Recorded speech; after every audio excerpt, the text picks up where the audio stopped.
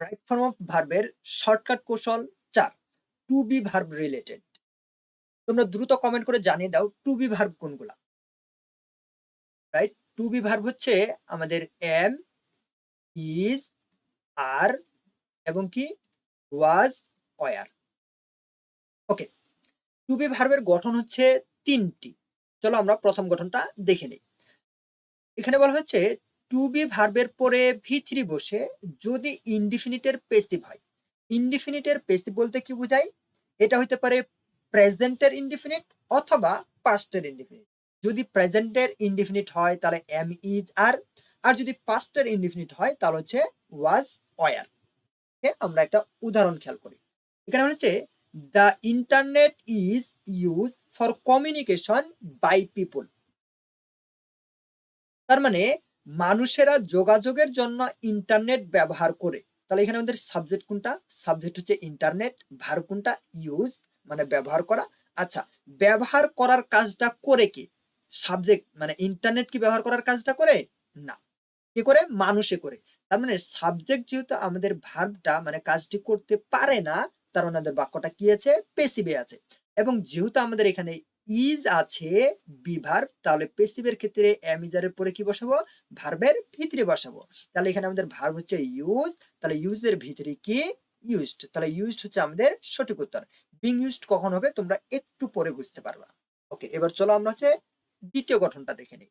দ্বিতীয় গঠনে বলা হচ্ছে টু বি ভার্বের পরে ভার্বের আইএনজি ফর্ম নিতে হয় যদি আমাদের কি হয়?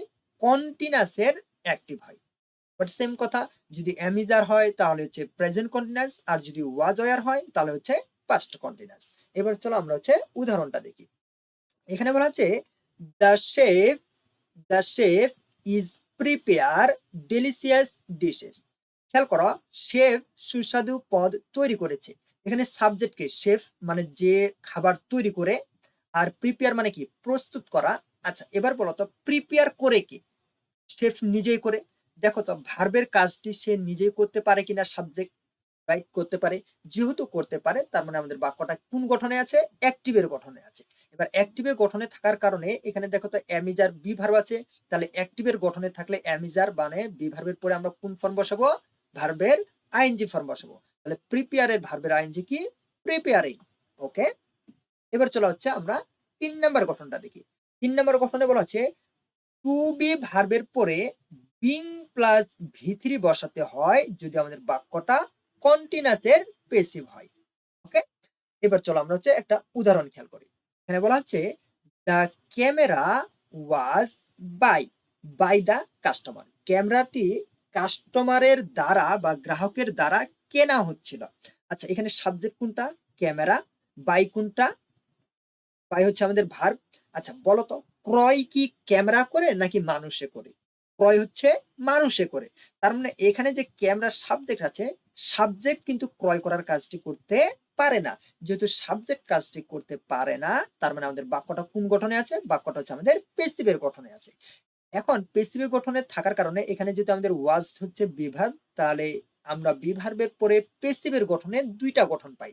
একটা হচ্ছে বিং প্লাস V3 যদি কন্টিনিউয়াস টেন্স হয়, আর একটা হচ্ছে শুধুমাত্র V3 যদি হচ্ছে ইনডিফিনিট টেন্স হয়। তাহলে আমাদের এখানে সঠিক উত্তর কি হবে?